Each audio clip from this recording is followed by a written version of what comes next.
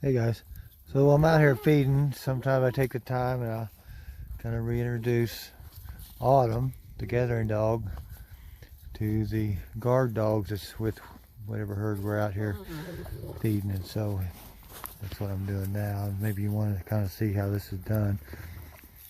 So now for the dogs, when they get too aggressive, I start growling. They know that I'm maybe the alpha, I guess you'd say.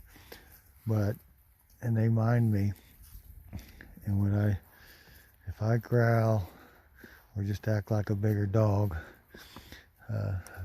they seem to get the message. Now they've walked away now.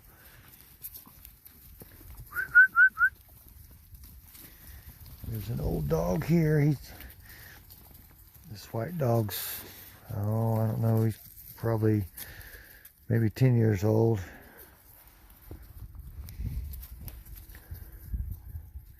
That brindle dog's a younger dog, and that dog it's a middle-aged dog. That other lighter colored dog over there.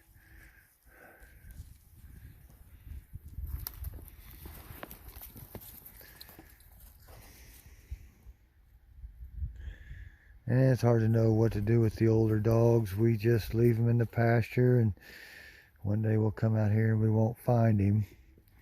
I do have a friend that sometimes wants to take them, and this might be a candidate for him there, but sometimes they just don't get along very good if they get in a different environment though.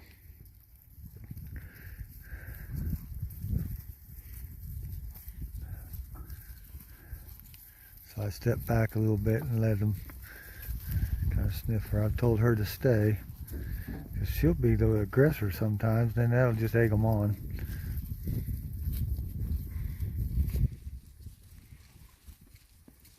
Okay.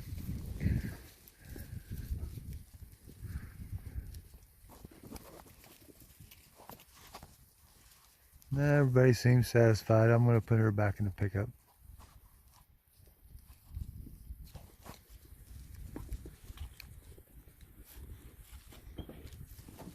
Autumn.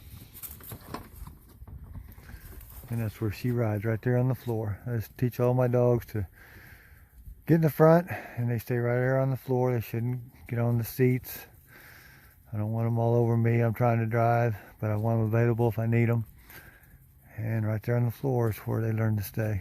Now, not to say that she won't get on the seat once in a while if something's going on out here and I'm not in there. I've caught her doing it, but she knows better. Just kind of like your kids.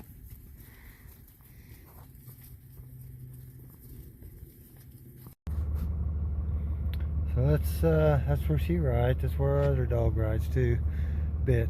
And you know, I tell you what, I see these people, and if you're one of them, I guess I see you driving around, and their dog is all over the inside of their car, and they're trying to drive, or they're paying attention to the dog.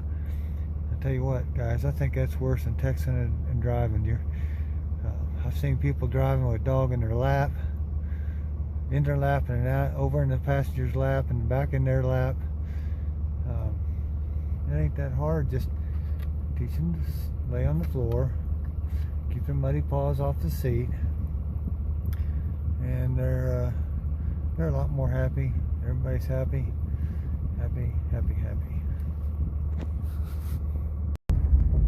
And besides that, you can pay attention to your driving, especially if you're around a lot more traffic than I am out in here.